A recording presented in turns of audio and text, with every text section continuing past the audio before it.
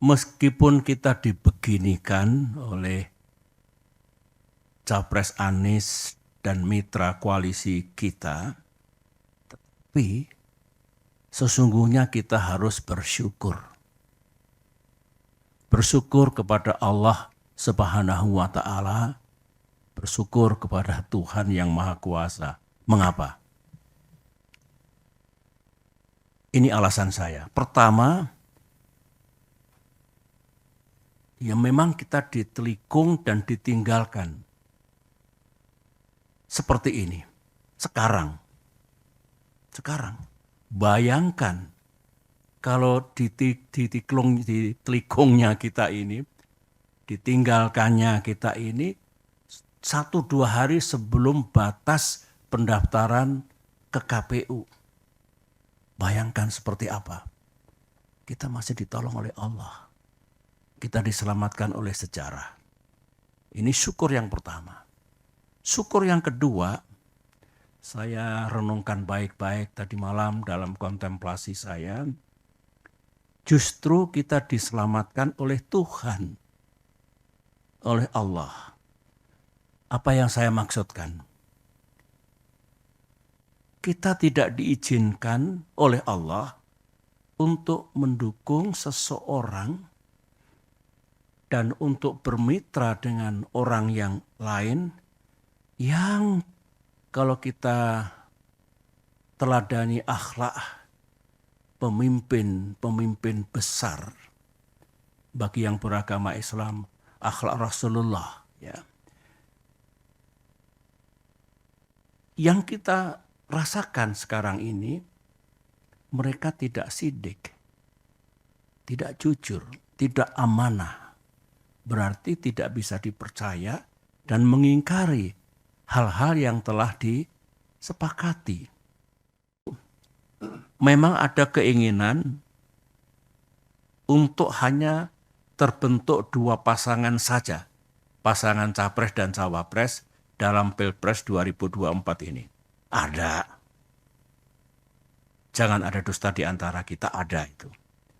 Kita juga tahu ada upaya dan pekerjaan politik untuk membuat koalisi perubahan. Di dalamnya ada Nasdem, ada PKS, ada Demokrat. Itu tidak bisa berlayar. Ada. Kita juga tahu, termasuk informasi yang sangat sensitif untuk membuat pasangan Anies Ahaye yang sudah menjadi rahasia umum, yang sudah matang sebetulnya sebelum terjadi prahara 3 hari yang lalu itu, pasangan itu tidak akan terjadi. Informasi yang saya dengar ini pekerjaan politik tingkat tinggi. Pihak Pak Ganjar, Capres Ganjar Pranowo, itu juga mengajak kalau Partai Demokrat bisa bergabung ke pihak beliau. Ditandai pertemuan Mbak Puan dengan AHY beberapa saat yang lalu. Yang kedua, Pak Prabowo, beliau datang ke Pacitan, menemui saya dan menyampaikan juga ajakannya. Saya harus jujur mengatakan bahwa cara seperti itu adalah cara yang baik.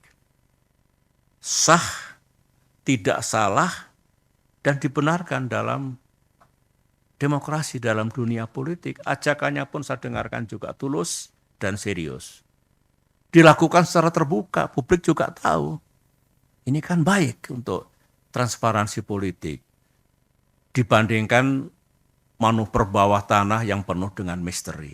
Ini enak nih, terbuka, transparan. Memang menyampaikan dengan baik, kita sambut dengan baik Mbak Puan, Ibu Puan, Pak Prabowo. Karenanya respon kita juga positif. Kita menghormati, kita menghargai.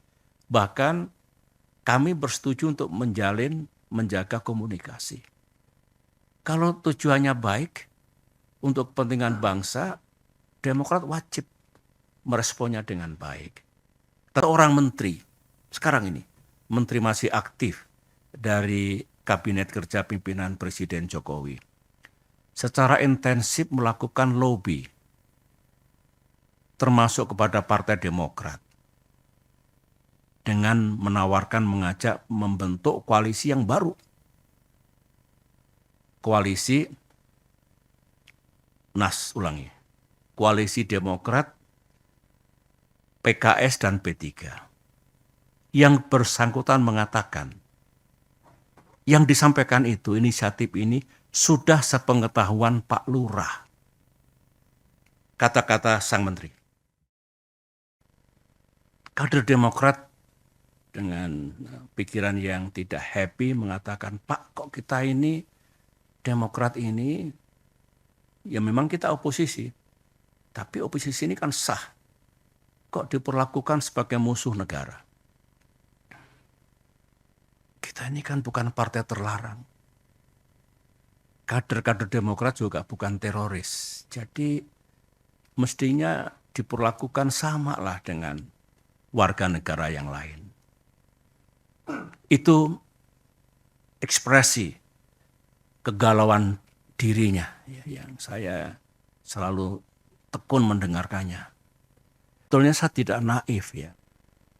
Saya juga mengerti politik. Saya pernah menjadi capres 2 kali. Saya pernah bersama-sama membangun koalisi dengan mitra. Dan tidak ada yang saya rasakan seperti yang terjadi 3 hari yang lalu itu. Saya mengerti, ya kita semua mengerti, politik itu memang ya penuh strategi, penuh siasat, penuh taktik, caranya banyak. Tetapi saya tidak menyangka kalau tindakan itu sejauh ini, menurut saya melebihi batas kepatutan, moral dan etika dalam politik. Ya kasar, ya kalau bisa menggunakan istilah bahasa Inggris, it is really ugly. Mudah-mudahan kita tidak melakukan perilaku politik seperti itu. Ada lagi yang bagus dalam sidang majelis ini saya ungkapkan ya. Sebenarnya beberapa teman sudah mengingatkan saya agak lama. Baik dari kalangan kader Demokrat maupun dari luar Demokrat. Begini, Pak SBY benar-benar percaya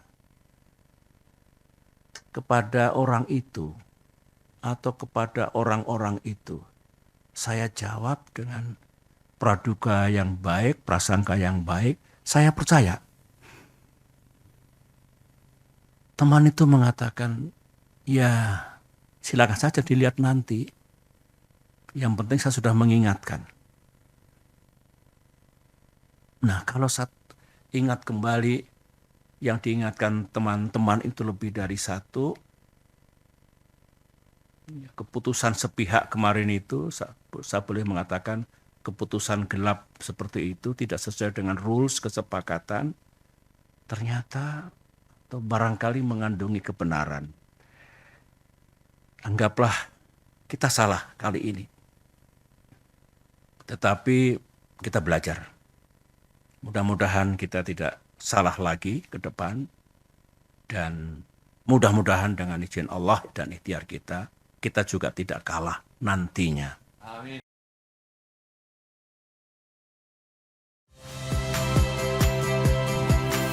Saya Ihsan Sitorus.